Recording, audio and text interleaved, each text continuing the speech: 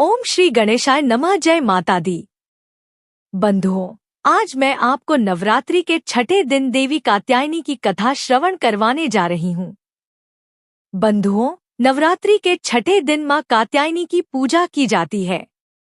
बंधुओं, माँ दुर्गा की छठी शक्ति है माँ कात्यायनी। माँ कात्यायनी की उपासना और आराधना से भक्तों को बहुत आसानी से धर्म, अर्थ, काम और मोक्ष चारों फलों की प्राप्ति होती है।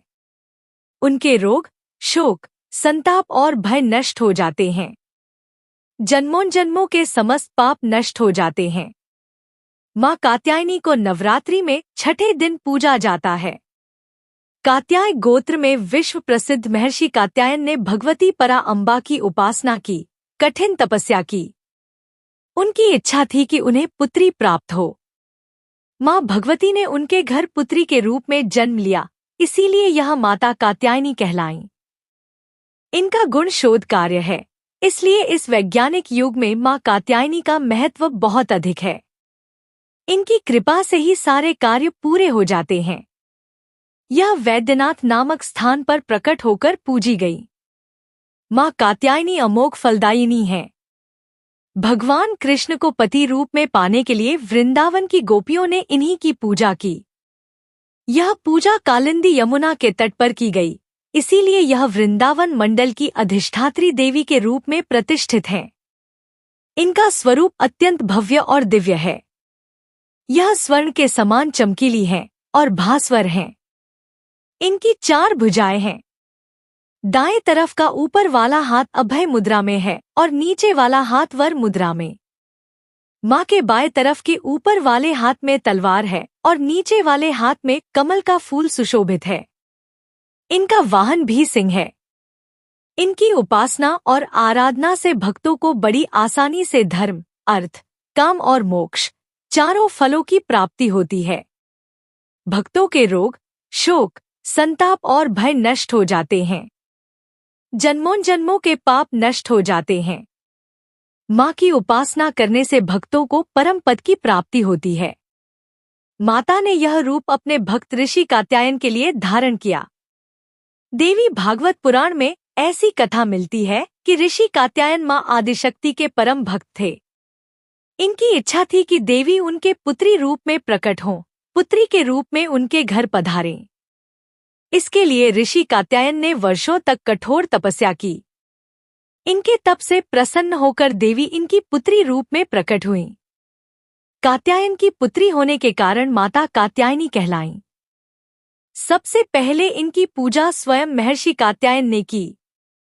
3 दिनों तक ऋषि की पूजा स्वीकार करने के बाद माँ कात्यायनी ने ऋषि से विदा ली और महिषासुर को युद्ध में ललकार कर उसका अंत कर दिया। इसलिए इन्हें महिषासुरमर्दिनी के नाम से भी जाना जाता है। देवी कात्यायनी को ब्रजभूमि की अधिष्ठात्री देवी के रूप में जाना जाता है। ब्रजभूमि की कन्याओं ने श्री कृष्ण के प्रेम को पाने के लिए कात्यायनी माता की आराधना की।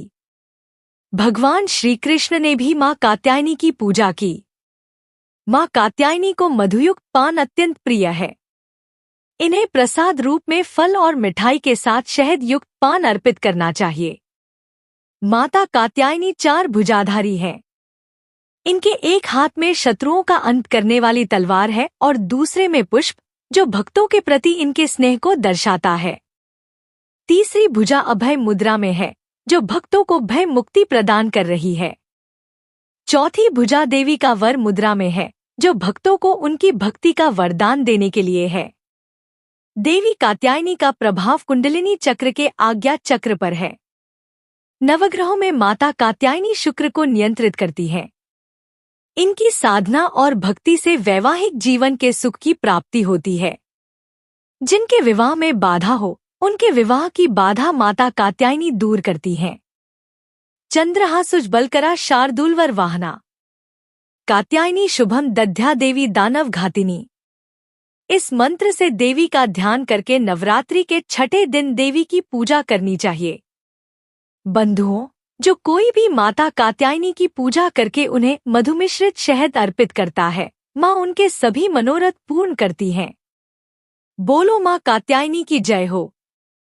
बंधुओं, यदि आपको हमारी वीडियो पसंद आए तो इसे लाइक करने के साथ साथ शेयर करें और कमेंट बॉक्स में जय माता दी लिखना न भूलें ताकि आपको कथा श्रवण का पूर्ण फल प्राप्त हो सके। बोलो कात्यायनी माता की जय हो।